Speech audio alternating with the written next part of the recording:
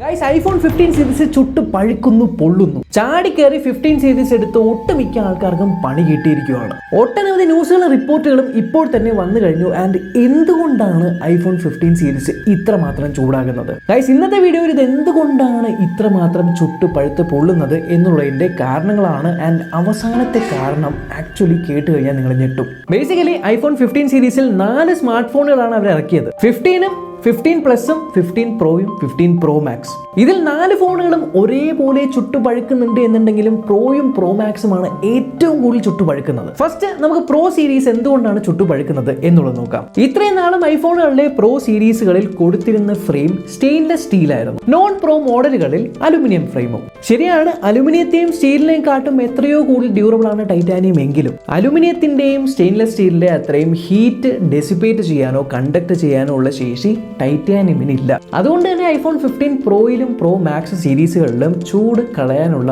ഒരു മാർഗം തടഞ്ഞു. എന്നാൽ പ്രോ സീരീസിൽ ഉപയോഗിച്ചിരിക്കുന്ന ഗ്രേഡ് 5 ടൈറ്റാനിയത്തിനെ മാത്രമായിട്ട് നമുക്ക് ബ്ലെയിം ചെയ്യാനായിട്ട് പറ്റില്ല. കാരണം രണ്ടാമത്തെ റീസൺ അതിൽ ഉപയോഗിച്ചിരിക്കുന്ന A17 Pro എന്ന് പറഞ്ഞ പുതിയ ചിപ്സെറ്റ് ആണ്. A17 Pro വളരെ ഫാസ്റ്റ് ആയിട്ടുള്ള ഒരു പ്രോസറാണ്, വളരെ പവർഫുൾ ആയിട്ടുള്ള പ്രോസറാണ്. ഈവൻ മാക്ബുക്കിലുള്ള M1 M2 ചിപ്സെറ്റുകൾ വരെ ആയിട്ട് കമ്പയർ ചെയ്യാനായിട്ട് പറ്റുന്നുണ്ട് അതിന്റെ പെർഫോമൻസ്. അതുകൊണ്ട് തന്നെ ഇത്രത്തോളം പവർ ഹൗസ് ആണെങ്കിലും ആ ഒരു പ്രോസസർ എഫിഷ്യന്റ് അല്ല. ഈവൻ ദോ TSMC ആണ് ആ ഒരു ചിപ്സെറ്റ് ഉണ്ടാക്കിയിരിക്കുന്നതെങ്കിലും ഇത്രയും പവർ ഉണ്ടെങ്കിൽ അത്രത്തോളം ചൂട് പുറത്തേക്ക് വരും. എന്നാൽ ഇത്രയും ചൂട് വരുന്ന ഒരു സ്മാർട്ട് ഫോണിൽ പ്രധാനമായിട്ടും വേണ്ട ഒരു കാര്യം എന്താണ്? ഒരു പ്രോപ്പർ ആയിട്ടുള്ള കൂളിംഗ് സിസ്റ്റം. ആപ്പിൾ ഇത്തവണ അവരുടെ പ്രോ ആൻഡ് പ്രോ മാക്സ് സീരീസുകളുടെ വെയിറ്റ് കുറയ്ക്കാൻ വേണ്ടി സ്മാർട്ട് ഫോണിന്റെ അകത്തുള്ള കൂളിംഗിന്റെ സർഫസ് ഏരിയ കുറച്ചു. ഈ ഒരു കുറവ് കാരണം നമുക്ക് വെയിറ്റ് കുറഞ്ഞ സ്മാർട്ട് ഫോൺ കിട്ടിയെങ്കിലും അകത്ത് കുടുങ്ങി കിടക്കുന്ന ആ ഒരു ചൂട് പോകാനുള്ള വഴി കുറഞ്ഞു. പല ആൾക്കാരും FLIR ക്യാമറകൾ വെച്ച് വരെ നോക്കിയിട്ട് ഏകദേശം 100 ഡിഗ്രി ഫാരൻഹീറ്റിന് മുകളിൽ വരെ ഐഫോണിന്റെ ലോജിക് ബോർഡ് അഥവാ മദർ ബോർഡ് ഇരിക്കുന്ന ഈ ഒരു ഭാഗം ചൂടായി വരുന്നുണ്ട്. ഇത്രത്തോളം ചൂട് ഒരു സ്മാർട്ട് ഫോണിന് വരുന്നുണ്ടെങ്കിൽ അത് ഏറ്റവും കൂടുതൽ അഫക്ട് ചെയ്യാൻ പോകുന്ന ആ ഒരു സ്മാർട്ട് ഫോണിന്റെ ബാറ്ററിയാണ്. ചൂട് കൂടുതലായതുകൊണ്ട് തന്നെ ബാറ്ററി കൂടുതൽ കൺസ്യൂം ചെയ്യും എന്ന് മാത്രമല്ല, കൂടുതൽ കൺസ്യൂം ചെയ്യുന്നതുകൊണ്ട് പെട്ടെന്ന് ഫോൺ ഡ്രെയിൻ ആയി പോകുന്നതുകൊണ്ട് വീണ്ടും കുത്തി ചാർജ് ചെയ്യുന്നതായിരിക്കും. അതിലൂടെ ബാറ്ററി സൈക്കിൾ പെട്ടെന്ന് ഡീഗ്രേഡ് ആവും. ആൻഡ് നമ്മൾക്ക് എല്ലാവർക്കും അറിയാം, ലിഥിയം അയോൺ ബാറ്ററീസിന്റെ ഏറ്റവും വലിയ പേടി സ്വപ്നമാണ് സ്മാർട്ട് ഫോണിന്റെ അകത്തുള്ള ചൂട്, എസ്പെഷ്യലി ഓവർ ഹീറ്റിംഗ്. പക്ഷെ കൗതുകം തോന്നുന്ന കാര്യം എന്താണെന്ന് വെച്ചാൽ ഐഫോൺ 15 പ്രോ സീരീസിൽ ഈ 3 മാറ്റങ്ങൾ ചൂടിന് കോൺട്രിബ്യൂട്ട് ചെയ്യുമെങ്കിലും എന്തുകൊണ്ട് 15 ആൻഡ് 15 പ്ലസ് ഫോണുകളിലും ഇത്തരത്തിൽ ചൂട് വരുന്നത്? ഈവൻ എന്റെ കയ്യിലുള്ള ഈ ഒരു 15 പ്ലസ് വരെയും ചൂടാകുന്നുണ്ട് ചില പ്രത്യേക സിനാരിയോകളിൽ. ഫസ്റ്റ് ഓഫ് ഓൾ, ഐഫോൺ 15 സീരീസിൽ മാക്സിമം പോകാവുന്ന ഫാസ്റ്റ് ചാർജിങ് കപ്പാസിറ്റി എന്ന് പറയുന്നത് 20 വാട്ടാണ്. അതിനോ 2023 20 വാട്ട് എന്നൊക്കെ പറയുന്നത് വളരെ കോമഡി ആയിട്ട് തോന്നും അതിനെ ഫാസ്റ്റ് ചാർജിങ് എന്ന് വിളിക്കുമ്പോൾ. പക്ഷേ ഞാൻ ശ്രദ്ധിച്ചത് ഈ ഒരു സ്മാർട്ട് ഫോൺ ഞാൻ 15% USB Type-C ഉപയോഗിച്ച് നമ്മുടെ PD ചാർജർ 20 വാട്ടിന് മുകളിലുള്ള PD ചാർജ് ഉപയോഗിച്ച് ഞാൻ ചാർജ് ചെയ്തപ്പോൾ 15 മുതൽ 60 ബാറ്ററി പെർസെൻറ്റേജ് ആകുന്നത് വരെയും ഈ ഒരു സ്മാർട്ട് ഫോൺ നല്ല രീതിയിൽ ചൂടായി. നല്ല രീതിയിൽ എന്ന് പറഞ്ഞാൽ ഈ ഒരു സ്മാർട്ട് ഫോൺ ഇങ്ങനെ കയ്യിൽ വെച്ച് കഴിഞ്ഞാൽ പൊള്ളും. പക്ഷേ 60 മുതൽ അങ്ങോട്ട് 100ലേക്ക് ചാർജ് ആവുന്ന ആ ഒരു സമയം വളരെ കൂടുതലുമാണ്. എന്നാൽ ആ സമയം സ്മാർട്ട് ഫോൺ നോർമൽ ടെമ്പറേച്ചറിലേക്ക് വരുന്നുണ്ട്. സോ ഒരു കൗതുകം തോന്നി ഞാൻ വീണ്ടും ഈ ഒരു സ്മാർട്ട് ഫോൺ 20 വാട്ടിന് താഴെയുള്ള ഒരു ചാർജർ ഉപയോഗിച്ച് ചാർജ് ചെയ്ത് നോക്കി. സ്മാർട്ട് ഫോൺ ചാർജ് ആവാൻ ഏകദേശം 2 മണിക്കൂർ എടുത്തുവെങ്കിലും ആ 2 മണിക്കൂറിൽ ഈ സ്മാർട്ട് ഫോണിന്റെ ടെമ്പറേച്ചറിന് യാതൊരു കാര്യമായിട്ടുള്ള വ്യത്യാസങ്ങളും വന്നില്ല. സോ ബേസിക്കലി 20 വാട്ടിന്റെ ഫാസ്റ്റ് ചാർജിങ്ങേ തരുന്നുള്ളൂ എങ്കിലും ആ ഒരു 20 വാട്ടിൽ ഐഫോൺ ചാർജ് ആകുന്ന സമയത്ത് നല്ലപോലെ ഹീറ്റിംഗ് അനുഭവപ്പെടുന്നുണ്ട്. ഈ വീഡിയോ കാണുന്ന ആരെങ്കിലും 15 അല്ലെങ്കിൽ 15 പ്ലസ് യൂസ് ചെയ്യുന്നുണ്ടെങ്കിൽ ഈ ഒരു കാര്യം ശ്രദ്ധിച്ചോ എന്നുള്ളത് ജസ്റ്റ് ഒന്ന് കമന്റ് ചെയ്യാം. എന്നാൽ അപ്പോൾ മാത്രമല്ല ഞാൻ ചൂട് അനുഭവപ്പെട്ടത്. ഐഫോൺ 15 സീരീസിലെ ഏറ്റവും പ്രധാനപ്പെട്ട അപ്ഗ്രേഡ് ആയിട്ടുള്ള ഈ ഒരു പുതിയ 48 മെഗാ പിക്സൽ ക്യാമറ. ഈ ക്യാമറയിൽ ബൈ ഡീഫോൾട്ട് ആയിട്ട് എടുക്കുന്ന ഫോട്ടോകൾ 24 മെഗാ പിക്സലിലാണ് വരുന്നത്. എന്നാൽ ഞാൻ ഈ ഒരു സ്മാർട്ട് ഫോണിൽ പോർട്രേറ്റ് മോഡിൽ ഫോട്ടോസ് എടുക്കുന്ന സമയത്ത് ഈ ഒരു ഭാഗത്ത് നല്ല രീതിയിൽ ചൂട് അനുഭവപ്പെടുന്നുണ്ട്. പ്രധാനമായിട്ടും ഞാൻ ചറപറ പോർട്രേറ്റ് ഫോട്ടോസ് ആണ് എടുക്കുന്നതെങ്കിൽ ഫോട്ടോ എടുത്ത ഉടനെ തന്നെ ഗാലറിയിൽ നോക്കിക്കഴിഞ്ഞാൽ ആ ഒരു ഫോട്ടോയ്ക്ക് കാര്യമായിട്ടുള്ള ക്ലാരിറ്റി ഇല്ല. പക്ഷെ ഒരു 10-20 സെക്കൻഡിന് ശേഷം വീണ്ടും ഞാൻ ഫോട്ടോസ് അല്ലെങ്കിൽ ഗാലറി ആപ്ലിക്കേഷൻ ഓപ്പൺ ചെയ്ത് ആ സെയിം ഫോട്ടോ ഓപ്പൺ ചെയ്യുമ്പോൾ ആ ഫോട്ടോയ്ക്ക് കുറച്ചുകൂടെ ക്ലാരിറ്റി ഉണ്ട്, ഗ്രെയിൻസ് കുറവാണ് ആൻഡ് ഓവറോൾ പ്രോസസ്സ് ചെയ്ത ആ ഒരു ഔട്ട്പുട്ട് വരുന്നുണ്ട്. സോ ബേസിക്കലി ഇതിനകത്തുള്ളത് കഴിഞ്ഞ കൊല്ലത്തെ 14 Pro Max ഉള്ള A16 ബയോണിക് ചിപ്സെറ്റ് ആണ്. എങ്കിലും സ്മാർട്ട് ഫോണിന്റെ വെയിറ്റ് കുറവായതുകൊണ്ട് തന്നെ ഇതിനകത്തുള്ള കൂളിംഗും കുറവായതുകൊണ്ട് തന്നെ ആ ഒരു പ്രോസസ്സിംഗ് 24 മെഗാ പിക്സൽ ആയതുകൊണ്ട് അതിന് കൂടുതൽ പ്രോസസർ പവർ എടുക്കുന്നുണ്ട്. അത് നല്ലപോലെ ഹീറ്റ് ഡെസിപ്പേറ്റ് ചെയ്യുന്നുണ്ട്, ഫീൽ ചെയ്യാൻ പറ്റുന്നുണ്ട്. എസ്പെഷ്യലി നിങ്ങൾ ഈ ഒരു സ്മാർട്ട് ഫോൺ ഉപയോഗിച്ച് ഔട്ട്ഡോർസിൽ പോർട്രേറ്റ് ഫോട്ടോസ് എടുക്കുകയാണെങ്കിൽ ആണെങ്കിൽ,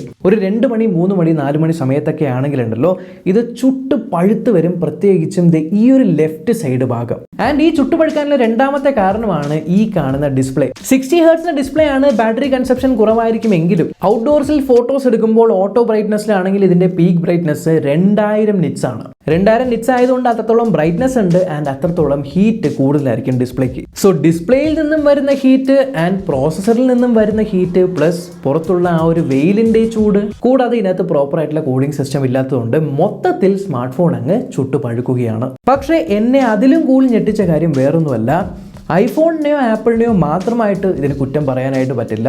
ഈവൻ ഇതിനകത്തുള്ള ആപ്ലിക്കേഷൻസും ഇതിന്റെ ചൂടിന് കാരണമാവുന്നുണ്ട്. സോ ഞാൻ ഈ ഒരു സ്മാർട്ട് ഫോണിൽ സ്നാപ്ചാറ്റ് യൂസ് ചെയ്തുകൊണ്ടിരിക്കുകയായിരുന്നു. സ്നാപ്ചാറ്റിൽ ഒരു ചാറ്റ് ഓപ്പൺ ചെയ്യുന്ന സമയത്ത് ആ ഒരു ചാറ്റിന്റെ നെയിമും അതേപോലെ ബാക്ക് ബട്ടൺ കാര്യങ്ങളെല്ലാം ഈ ഒരു ഡൈനാമിക് ഐലൻഡിന്റെ പുറകിലേക്ക് പോകുന്നതായിട്ട് ഞാൻ ശ്രദ്ധിച്ചു. സോ ആ ഒരു ബഗ് ഞാൻ റിപ്പോർട്ട് ചെയ്യാനായിട്ട് നോക്കിയപ്പോഴാണ് പല ഫോറമിലും എഴുതിയിരിക്കുന്നത് ഈ ഒരു ഐഫോൺ 15 ആൻഡ് 15 പ്ലസ് സീരീസുകളിൽ ഡൈനാമിക് ഐലൻഡ് കൊണ്ടുവന്നത് കൊണ്ട് പല ആപ്ലിക്കേഷനും ഈ ഒരു സൈസിന് വേണ്ടി അഡാപ്റ്റ് ചെയ്തിട്ടില്ല എന്നും ഈ ആപ്ലിക്കേഷനുകൾക്കെല്ലാം അപ്ഡേറ്റ് വന്നിട്ടുണ്ടോ എന്ന് ചെക്ക് ചെയ്യാനായിട്ട് ഉടനെ ഞാൻ ആപ്പ് സ്റ്റോറിൽ പോയി സ്നാപ്ചാറ്റ് നോക്കിയപ്പോൾ അതിന് അപ്ഡേറ്റ് വന്നിട്ടുണ്ട്. അപ്ഡേറ്റ് ചെയ്തതിനു ശേഷം ആ ഒരു ഡൈനാമിക് ഐലൻഡിന്റെ പുറകിൽ പോകുന്ന ആ ഒരു ഇഷ്യൂ സോൾവ് ആയി. എന്നാൽ ഞാൻ യൂട്യൂബിൽ ഐഫോൺ ഡോ എന്ന് പറഞ്ഞൊരു ചാനലിൽ ഇട്ടിരുന്ന ഒരു പ്രത്യേക വീഡിയോ കണ്ടായിരുന്നു. ആ ഒരു വീഡിയോയിൽ അദ്ദേഹം ചെയ്ത കാര്യം കണ്ടു കഴിഞ്ഞാൽ നിങ്ങൾ ഞെട്ടും. ജസ്റ്റ് ഐഫോൺ 15 സീരീസ് എടുത്തതിന് ശേഷം ഇൻസ്റ്റാഗ്രാം ആപ്ലിക്കേഷൻ ഓപ്പൺ ആക്കി അതിൽ പ്രൊഫൈൽ പേജിലേക്ക് ഇങ്ങനെ പോയതിനു ശേഷം ജസ്റ്റ് പ്രൊഫൈൽ പേജ് ഓപ്പൺ ചെയ്ത് വെച്ചു. അതിനുശേഷം അദ്ദേഹം സ്മാർട്ട് ഫോണിന്റെ പുറകിലുള്ള ടെമ്പറേച്ചർ മെഷർ ചെയ്തപ്പോൾ 80 ഡിഗ്രി ഫാരൻഹീറ്റ് ആയിരുന്നു. എന്നാൽ നിസ്സാരം ഏകദേശം 2-3 മിനിറ്റിന് ശേഷം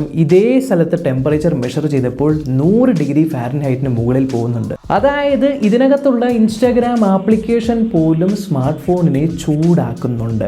ഇൻസ്റ്റാഗ്രാം ആപ്ലിക്കേഷൻ്റെ അകത്ത് ഒന്നും ചെയ്തില്ലെങ്കിൽ പോലും. സോ ഇതിന്റെ കാരണം വേറൊന്നുമല്ല, പല ആപ്ലിക്കേഷനും 2 കാര്യങ്ങൾക്ക് ഒപ്റ്റിമൈസ് ചെയ്തിട്ടുള്ള. ഒന്ന്, ആപ്പിൾ ഏറ്റവും പുതിയതായിട്ട് ഇറക്കിയിരിക്കുന്ന ആ ഒരു A17 Pro എന്ന് പറഞ്ഞ പ്രോ ചിപ്സെറ്റിനും, രണ്ടാമത്തേത് ഈ പറഞ്ഞ 15 സീരീസുകളിൽ കൊണ്ടുവന്നിരിക്കുന്ന പുതിയ ഡൈനാമിക് ഐലൻഡിന്റെ ആ ഒരു സംവിധാനത്തിനും. സോ ആപ്ലിക്കേഷൻ ഡെവലപ്പേഴ്സിനും ടെസ്റ്റേഴ്സിനും ഇനിയും സമയം വേണം ഈ ഫോണുകളിൽ ഒപ്റ്റിമൈസ് ആയിട്ടുള്ള ആപ്ലിക്കേഷനുകൾ ഉണ്ടാക്കാൻ എന്നുള്ളത് കൊണ്ട് തന്നെ പല യൂസേഴ്സിനും ഇപ്പോഴും പല ആപ്ലിക്കേഷൻ യൂസ് ചെയ്യുമ്പോൾ പ്രത്യേകമായിട്ടുള്ളൊരു ചൂട് അനുഭവപ്പെടുന്നുണ്ട്. സോ ഈ ഒരു ചൂട് കുറയ്ക്കാനായിട്ട് എന്താണ് ഒരു സൊല്യൂഷൻ? വെൽ, ആപ്പിളിന്റെ ഭാഗത്ത് നിന്നും ഉള്ള സൊല്യൂഷൻ നോക്കുവാണെങ്കിൽ ഫസ്റ്റ് ഓഫ് ഓൾ ഇതിനകത്ത് എക്സ്ട്രാ ആയിട്ടുള്ള കൂളിംഗ് സിസ്റ്റം കൊണ്ടുവരാനായിട്ട് ആപ്പിളിന് പറ്റുമോ?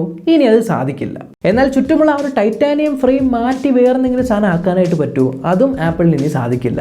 എന്നാൽ ആപ്പിളിന് അപ്ഡേറ്റിലൂടെ ഇനി ചെയ്യാൻ പറ്റുന്ന ഒരു പ്രധാനപ്പെട്ട കാര്യം എന്ന് പറയുന്നത് ചൂട് കൊണ്ടുവരുന്നത് ഇതിനകത്തുള്ള പ്രോസസ്സറാണ്. പ്രോസസ്സർ അത്രയും പവർഫുൾ ആയിട്ട് പ്രോസസ് ചെയ്യുന്നതുകൊണ്ടാണ്. സോ ആ ഒരു പ്രോസസ്സറിന്റെ ക്ലോക്ക് സ്പീഡ് അങ്ങ് കുറച്ച് കഴിഞ്ഞാൽ ചൂട് കുറയ്ക്കാനായിട്ട് പറ്റും. സോ അപ്ഡേറ്റ് തന്നൊരു സ്മാർട്ട് ഫോണിന്റെ പ്രോസസറിന്റെ ക്ലോക്ക് സ്പീഡ് കുറച്ച് കഴിഞ്ഞാൽ ബാറ്ററി എഫിഷ്യൻസി കൂടും ആൻഡ് ചൂട് ഡെസിപ്പേറ്റ് ചെയ്യുന്നത് കൂടുമെങ്കിലും 1.6 ലക്ഷം ഉപയോഗിച്ച് അത്രത്തോളം പവർഫുൾ ആയിട്ടുള്ള ചിപ്സെറ്റ് ഉണ്ട് എന്ന് പറഞ്ഞ സ്മാർട്ട് ഫോൺ മേടിച്ച് എല്ലാവരും മണ്ടന്മാരാവും. അങ്ങനെ ഒരിക്കൽ ആപ്പിൾ ആരോടും പറയാതെ പ്രോസസർ അണ്ടർ ക്ലോക്ക് ചെയ്ത് മണ്ടന്മാരാക്കിയതിനാണ് വലിയൊരു ഫൈൻ കിട്ടിയത്. അതുകൊണ്ട് തന്നെ ആ രീതിയിൽ ആപ്പിൾ ചിന്തിച്ചു കഴിഞ്ഞാലും ആപ്പിളിന് പണി കിട്ടും. സോ ഇനി ആപ്പിളിന് ചെയ്യാൻ പറ്റുന്ന ഒരേ ഒരു കാര്യം പോപ്പുലർ ആയിട്ടുള്ള ആപ്ലിക്കേഷനുകളും അവരെ ഡെവലപ്പേഴ്സൊക്കെ ആയിട്ട് കോൺടാക്ട് ചെയ്ത് എങ്ങനെ പ്രോസസ്സറിനെ ഓവറായിട്ട് യൂസ് ചെയ്യാതെ, അതിനെ ഓവർ ക്ലോക്ക് ചെയ്യാതെ, ഹീറ്റ് ചെയ്യാതെ ആപ്ലിക്കേഷനുകളിലെ കോഡ് ഒപ്റ്റിമൈസ് ചെയ്യാനായിട്ട് പറ്റുന്നത് എന്നുള്ളതിനെ കുറിച്ച് പഠിപ്പിച്ചു കൊടുക്കുക. ആൻഡ് അത്തരത്തിലുള്ള ചേഞ്ചുകൾ OSൽ, അതായത് iOSൽ വരുത്തി ഈ ഒരു ചൂടിൻ്റെ പ്രശ്നം റിസോൾവ് ആക്കുക എന്നുള്ളത് മാത്രമാണ്. എന്നാൽ ഈ ഒരു ഐഫോൺ 15 സീരീസ് മേടിച്ച 100% ആൾക്കാരിൽ ഒരു 90% ആൾക്കാർക്ക് മാത്രമാണ് ഇത്തരത്തിലുള്ള പ്രശ്നങ്ങൾ വരുന്നത്. പക്ഷേ 90% ആൾക്കാർ എന്ന് പറയുന്നത് വലിയൊരു സംഖ്യയാണ്. പ്രത്യേകിച്ച് നിങ്ങൾ ട്വിറ്റർ ഓപ്പൺ ചെയ്ത് നോക്കുവാണെങ്കിൽ കുറേയധികം ആൾക്കാർ കംപ്ലൈൻറ്റ് ചെയ്യുന്നത് കാണാം. സോ ആപ്പിൾ ഇത്രയും വിലയുള്ള ഒരു ഫോൺ ഇറക്കുമ്പോൾ അത് ഇങ്ങനെ പ്രോപ്പറായിട്ട് ടെസ്റ്റ് ചെയ്യാതെ, പ്രത്യേകിച്ചും കൂളിങ്ങിലൊക്കെ ഒരു വിട്ടുവീഴ്ച വരുത്തുക എന്നുള്ളത് വളരെയധികം വിഷമിപ്പിക്കുന്ന ഒരു പരിപാടിയായിട്ട് തോന്നി. എന്തായാലും ഞാൻ സ്മാർട്ട് ഫോൺ മേടിച്ചതിന് ശേഷം 17.0.2 എന്ന് പറഞ്ഞ അപ്ഡേറ്റ് ആണ് വന്നിട്ടുള്ളത്. അതിന് ശേഷം അപ്ഡേറ്റുകളൊന്നും വന്നിട്ടില്ല. ഇനി ഒരു അപ്ഡേറ്റ് വരികയാണെങ്കിൽ എന്താണ് വ്യത്യാസം, ചൂടിന് വല്ല മാറ്റമുണ്ടോ, സ്മാർട്ട് ഫോണിൻ്റെ പെർഫോമൻസിന് എന്തെങ്കിലും ഡീഗ്രേഡേഷൻ വന്നിട്ടുണ്ടോ എന്നുള്ളതെല്ലാം ഞാൻ ഈ ഒരു സ്മാർട്ട് ഫോൺ ഉപയോഗിച്ചതിൻ്റെ റിവ്യൂ വീഡിയോ പറയുന്നതായിരിക്കും. സോ ഡെഫിനറ്റ്ലി സബ്സ്ക്രൈബ് ചെയ്യാൻ മറക്കണ്ട. ആൻഡ് നിങ്ങളൊരു ഐഫോൺ 15 യൂസർ ആണെങ്കിൽ നിങ്ങൾക്ക് വേറെ ഏതെങ്കിലും സിറ്റുവേഷനുകളിൽ ഹീറ്റ് ആകുന്നുണ്ടോ എന്നുള്ളതും ജസ്റ്റ് താഴെ ഒന്ന് കമൻറ്റ് ചെയ്യാം.